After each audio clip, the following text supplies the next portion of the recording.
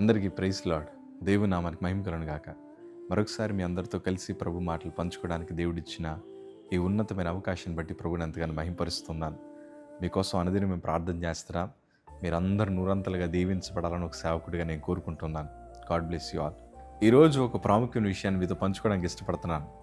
మనందరికీ దీవించబడాలని ఉంటుంది కోరిక. పైగా 2025 సంవత్సరంలో కూడా మనం చేసిన ప్రార్థన అదే. ప్రభా, ఇన్నాళ్ళు గడిచిపోయింది, ఏదో గడిచిపోయిందయ్యా, ఇన్నాళ్ళు నేను సరిగ్గా భక్తి చేయలేకపోయినేమో, నన్ను క్షమించు ప్రభా. ఈ 2025 సంవత్సరంలో నన్ను ఫలభరితంగా మార్చయ్యా, నేను అభివృద్ధి చెందాలి, నన్ను వర్ధిల్లింప చేయి ప్రభా అని ఎన్నో తీర్మానాల చేత మన జీవితాన్ని మనం ప్రారంభించుంటాం. నిజంగా అది మంచి నిర్ణయమే. చక్కగా ప్రభు సన్నిధిలో ఎదగండి. మనం వర్ధిల్లాలి అంటే ఒక చిన్న చిట్కాను మనం పాటించగలగాలి. అందరము సామెతల గ్రంథము 2వ అధ్యాయం 7వ మాట మనం చదవగలిగితే, ఆయన యథార్థవంతులను వర్ధిల్ల చేయును.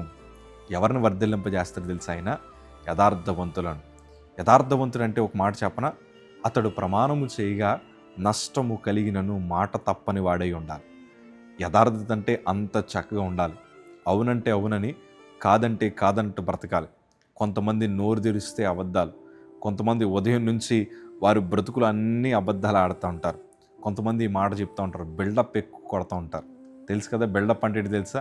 లేనిది ఉన్నట్టుగా చెప్పడం, లేనిది ఉన్నట్టుగా ప్రజలను నమ్మించడం. ఇలాంటి అబద్ధాలు ఆడుతున్న వారు ఎప్పటికీ దీవించబడలేరు. ఈరోజు ఒకవేళ మనకు అబద్ధాలు ఆడే అలవాటు ఉంటే, ఈరోజు అదే మనం ఆశీర్వాదాలు పొందకుండా అది అడ్డుగోడగా నిలబడిందేమో. అబద్ధాలు ఎప్పుడు ఆడద్దండి. అబద్ధాలకు జనకుడు సాతానుగాడు. అంటే మనతో అబద్ధాలు ఆడించేది సాతానుగాడే.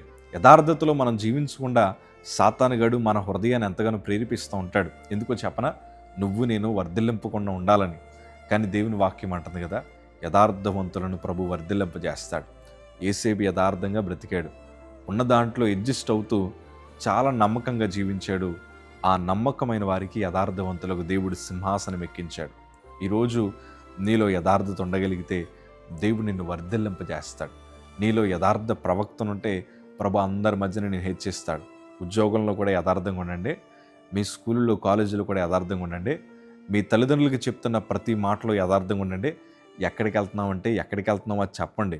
ఎక్కడికి వెళ్తున్నాను, అక్కడికి వెళ్తున్నాను, 5 నిమిషాల్లో వస్తాను, 2 నిమిషాల్లో వస్తాను అని ఇట్లా కొంతమంది చెప్పేసి ఏంటండి వెళ్తున్న స్థలం పేరు చెప్పరు, ఎక్కడికో చెప్పి ఎక్కడికి వెళ్తూ ఉంటారు. ఇంట్లో భార్యాభర్తల మధ్యన కూడా సమస్యలు రావడం గల కారణం ఏంటి తెలుసా? వారికి యథార్థత లేక. కొంతమంది వివాహం చేసుకునే ముందు చాలా మాటలు చెప్పుకుంటూ ఉంటారు. నేను అది చేస్తాను, నేను ఇది చేస్తాను, కొండ మీద ఉండే కోతి తీసుకొస్తాను, సముద్రంలో ముత్యాలు ఏరుతాను, ఇలాంటివి పెళ్ళికి ముందు చాలామంది చెప్తారు.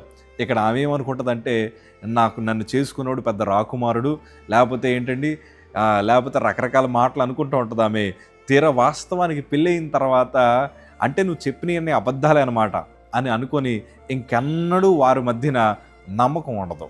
నేను అంటాను కదా, ఈరోజు మనం అందరం యథార్థంగా ఉండాలి.